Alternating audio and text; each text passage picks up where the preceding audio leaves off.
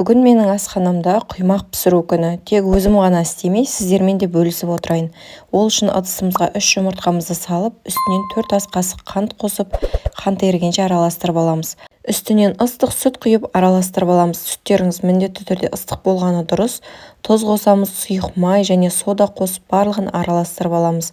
Ұнымызды саламыз. Ұнды міндетті түрде електен өткізіп аласыздар. Жақсылап түйіршігі қалмағанша араластырып, үстінен қайнап тұрған суымызды құйып аламыз. Сұйықтығы видеода көріп тұрғандай болуы қажет. Енді табамызға жайып пісіріп аламыз. Табаның астын алдын ала қатты қыздырып аласыздар. Одан кейін астын жай қойып осылай пісіре бересіздер.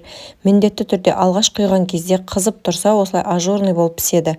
Барлықтарыңызға осы құраммен жасауға кеңес беремін. Видео ұнаса лайк басып, каналыма тіркеліп пікір қалдыруды ұмытпаңыздар.